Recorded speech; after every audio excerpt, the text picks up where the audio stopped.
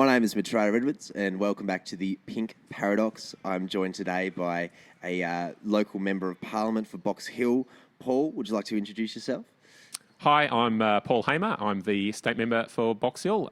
And we're here at Box Hill City Oval. Box Hill City Oval. I'd like to say sunny Box Hill City Oval, but it is quite gloomy and overcast. It's a consistent Melbourne display. It is. You just get the feeling we're about to really enter winter and footy season, don't you? Don't you reckon? It's fitting that we are at Box Hill City Oval, Paul. It's a beautiful sight. I've seen many a game here where I'm wearing a scarf, Paul, because we'll talk about the footy just before, the Hawks, and we had a mighty win against Geelong. But I understand you've gone a little bit above and beyond. I brought a scarf, Paul. What's in your bag today, mate? I have. I bought my entire kit bag of scarves. Now, this does go back many years. I'll have been a Hawthorn member for about 20 years, wow. And now we can look through the different. It goes through like the different generations of flags. So of scarves, I might say. 2014 is a happy. So this is a 2014. So I did keep this one because that was obviously a fantastic year. Brilliant. Now, personally, I don't know about this pattern. I don't know what you think about it. It wasn't one of my favourites. Sure.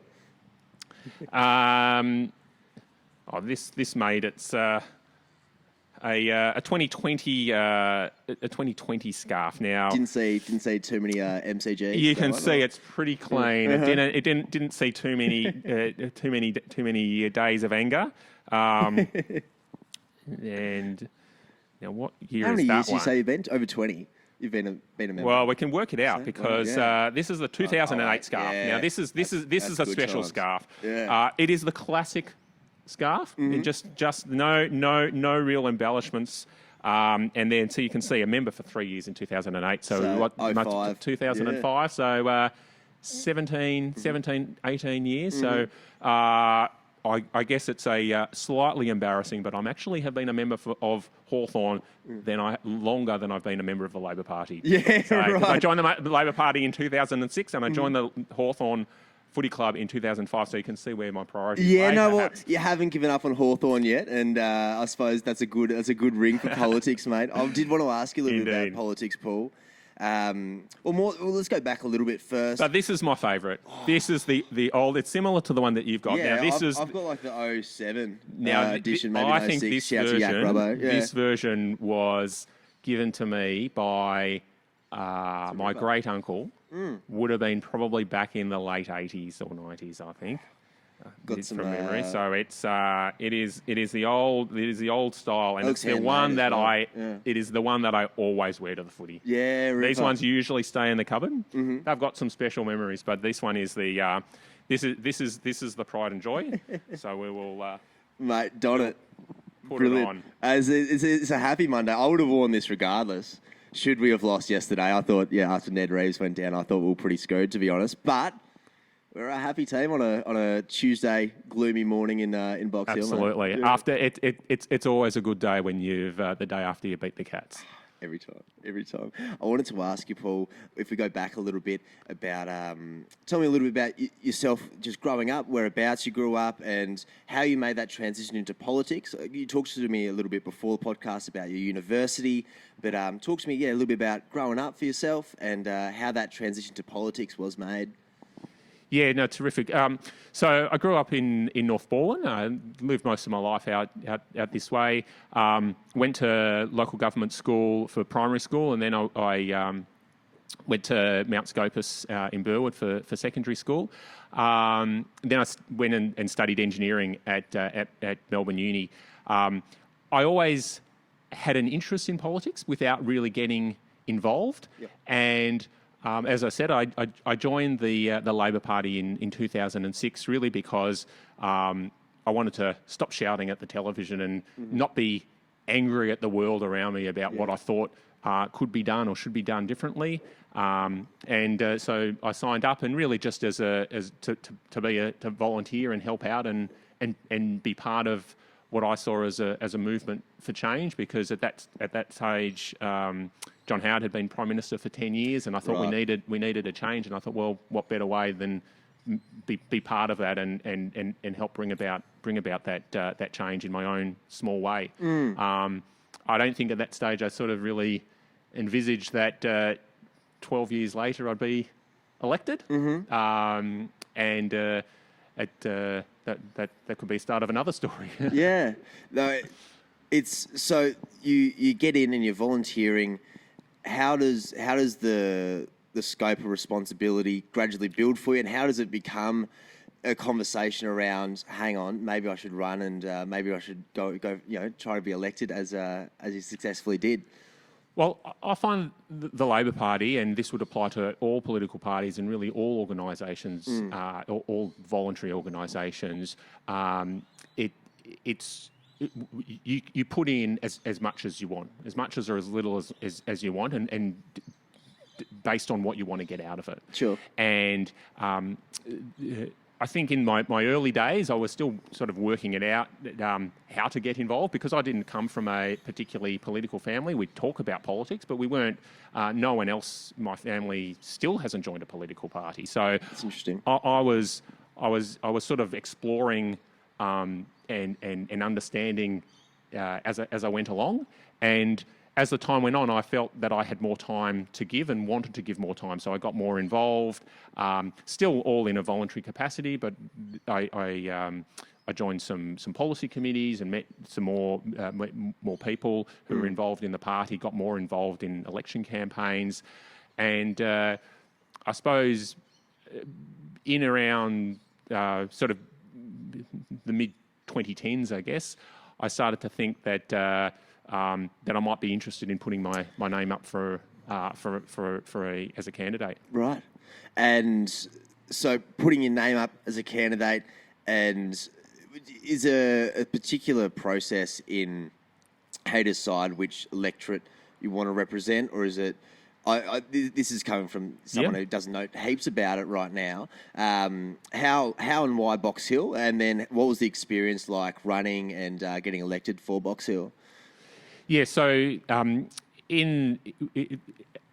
as a member of the Labor Party, I can after the sort of an initial period of that you have to be a member, you can nominate for any seat in Victoria. Okay. Now, obviously, in the seats that are held or are very safe Labor seats, they're often much more competitive, and a lot of people who have know a lot of people in the party and know those electorates well are more likely to be pre-selected. Now, for me, I was, as I say, volunteer. I didn't know a lot of people in the party. Lived in the eastern suburbs, and there was at the time there was no one that had been pre-selected for Box Hill, and it was the seat that I'd grown up in, and I thought, well, that's an opportunity, and I'll put my name down. Very low expectations, but I felt that I had that connection with the local area to put my name down. I was not going to, even if it was available, I wasn't going to put my name down for like a western suburb seat because I didn't have any connection there, and just wouldn't have been me. Yeah, I like that, and you can see in your in that old do as I say, not as I do. I'm forgetting the bloody quote now, Paul, but. In terms of your demeanour and your attitude towards the electorate that you serve, as someone who I can be quite divisive when it comes to politicians around the area, I can see your heart's in the right place and your intent's in the right place, and you clearly actually want to serve the area, which is unfortunate. You can't say that for every district, you know what I mean? You can't say that it's specific and there's that love and the passion there, but we're very fortunate to have you in that regard. I wanted to talk to you a little bit about the education system as someone who's studying education. I wanted to know a little bit about what you have done for education in our area or in the state as a state government. And what you would like to plan to do, and I suppose we can kick off from there. So, I mean, there's two critical funding elements to the education system. One is the operational, the ongoing the ongoing funding that keeps our schools running and funds particularly funds the staff and to be able to provide the teaching that the kids need, and also then there's the infrastructure component. So the from an operational point of view, so the Andrews government has increased its investment as a per student rate, and that's program or budgeted to increase over time through to I think 2029 is the forward estimate, and that's in line with an agreement that was signed with the Commonwealth to overall increase the level of funding per student to each school, and particularly to each government school. So that's at a statewide level, and that's obviously the number one importance. I mean, buildings are really critical, and we talked about before, and we can talk about again about the investment in Kunan and investment in other schools, but fundamentally, it's about the quality of the teaching that happens in the classroom, because that's what that's what really lifts the education standards. And we have a fantastic education system in Victoria and across Australia, but particularly from what I see in Victoria and particularly in Box Hill. I mean, you look at the results from across all of our schools, especially state schools. It's to say that our state schools is just unbelievable. I mean, we're sitting opposite Box Hill High, one of the top schools in the state. Many mates. But we've got Kunan, and we've got Blackburn High, and also Box Hill Senior Secondary College, and all of them. I mean, they all have particular strength in which they're really highly ranked, but even overall, they're amongst the top handful of schools in the state, and we are so lucky to be in an area that we are blessed with those government schools. And then obviously in the infrastructure space. It's been a real priority for me to try and get funding for infrastructure in our local schools. A lot of them have not had a lot of infrastructure investment over many years. Yeah, from personal experience going to Kunan Secondary, for years and years, I think we were very overdue for a long time to get some infrastructure, and I'd pretty much given up hope, Paul, but you came through with some goods, didn't you? Yeah, no, it was really pleasing to be able to do that, because just the number of staff, students, parents, ex-students who had come and advocated on behalf of that school and said how much it was needed, and look, I think Kunan had been in a really unfortunate space that it had missed out on funding at a couple of election cycles, because the party that had promised to deliver it then fell out of government. It was a really high priority when I came in to get funding into Kunan, and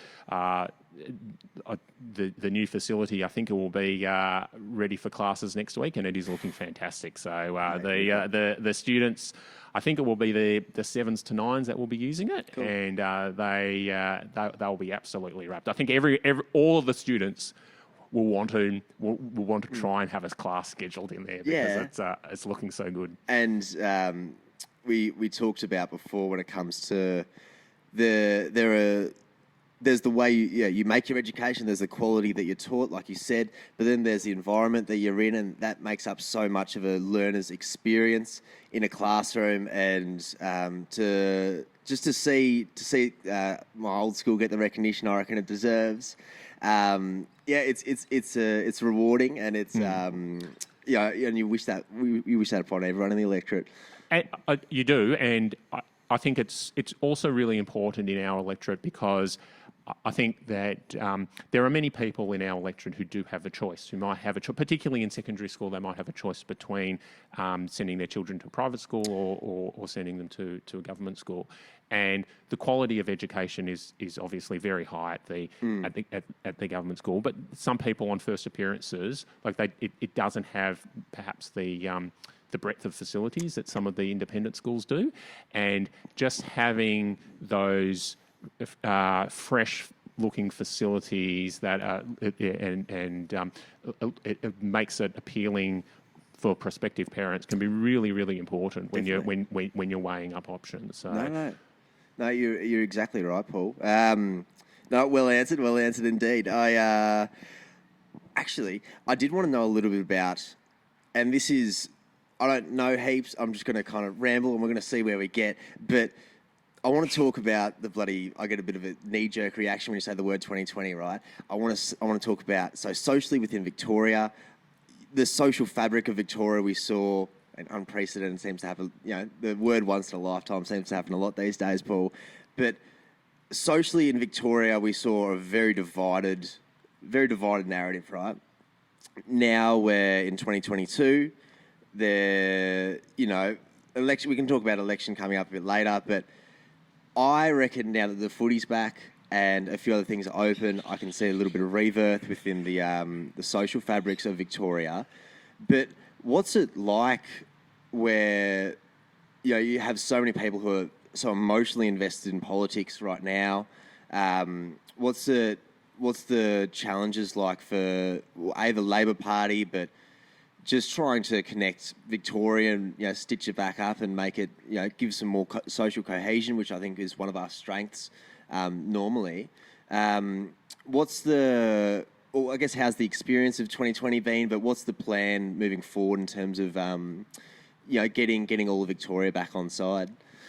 Oh, there's a lot of questions wrapped up in that one. Take your pick, Paul. Take your pick, mate. So, look, I mean, there's no doubt 2020, 2021 was a difficult year for a lot of people. I found... I always considered myself very lucky because I had a job, I continued to have a job, and I knew that they had certainty at least until the end of 2022. Yeah. Whereas a lot of people didn't have that. But faced many of the similar challenges just in terms of with young kids and school from home, etc. I think there's probably two main answers to your question in terms of the way forward. One of them we already touched upon, and that's about seeing people at the footy. Yeah. And it's sometimes it's as simple as that. It's going and having our local footy, going to see the local footy, catching up with your mates, playing local footy, or any of the local sports. Yeah. That's a really important part of who we are, of society, of a community. Yeah. Economically, the fundamentals are still very strong, and that's what's going to help us drive the economy and have the economy recovered. So there's obviously a lot of infrastructure investment that's planned, and investment obviously in the health system to recover, I guess, lost time, but also in terms of the infrastructure sector, just make sure that there's that pipeline at the moment to keep people employed, and the long-term trends for population hasn't changed too much. So all of that infrastructure is still going to be required. So those drivers are going to help us get back on our feet pretty quickly. And I think we can see that in terms of the unemployment rate. So the unemployment rate in Victoria and across the nation are really at historic lows. Oh, good. So as a community, as a society, it's, I suppose, now having the opportunity to do ordinary social activity that's kind of threaded in what our community makes. Having that back again is obviously going to be the best first step in helping our community. Absolutely, yeah. Now, let's talk election. So you have, whenabouts, do you have a date for the state election yet? I know it was roughly end of the year. Is this right? Yeah, so state election is always the last Saturday in November, right? Every 4 years. So 2018, 2022, 26, etc. So fixed date election, different from the federal election, which is 3 years from the sitting of the parliament. Yeah. But it can be it can vary. Like there's a lot of yes, it can be called early, but state election, all members are up for re-election on the last Saturday in November. So 26th of November this year. It's time for everyone to go back to the polls. Back to the polls. Gosh, it's going to be next year is going to be a vastly different imagery potentially on because there's a federal and a state election, and it probably comes at a time where people feels like people are very emotionally invested in their politics. What do you want to get the message across in terms of your campaign, and what do you want to bring in, and all of that, mate? You can plug yourself. Go ahead, Paul. You know what I mean? Oh, look, I'd like to when people go into to vote in Box Hill, it's about looking at who I am and what I've been able to deliver over the last, so far, 3.5 years, and then what I'll be able to deliver for the next 4 years. So almost regardless of election promises, we didn't come into 2018 with a lot of election promises for 2018 at that election, but I felt I've been able to deliver an enormous amount for the community, particularly, like I said, in school infrastructure, in sporting infrastructure, just local community infrastructure, because that's such an important part of who we are and what makes us such a fantastic community. So. I'd like to be able to run on my record and say that I can promise more of the same over the next 4 years. Yeah, no, I like that a lot, Paul. My final question to you, Paul, and we probably should have discussed. I should have given you a fair bit more time, because arguably you could say, Paul, it's the hardest question I've got, mate, and that is, Paul, who's going to win the premiership? It's not Hawthorn, mate. I'd like to dream, mate. I'd like to dream. But I was going to ask you, Paul, what would be the first song in the soundtrack to your life? Now, this is a really tricky question for me, because it's not meant to be easy, Paul. I am not and people who know me, I am not a. I don't listen to a lot of music. Yeah, right.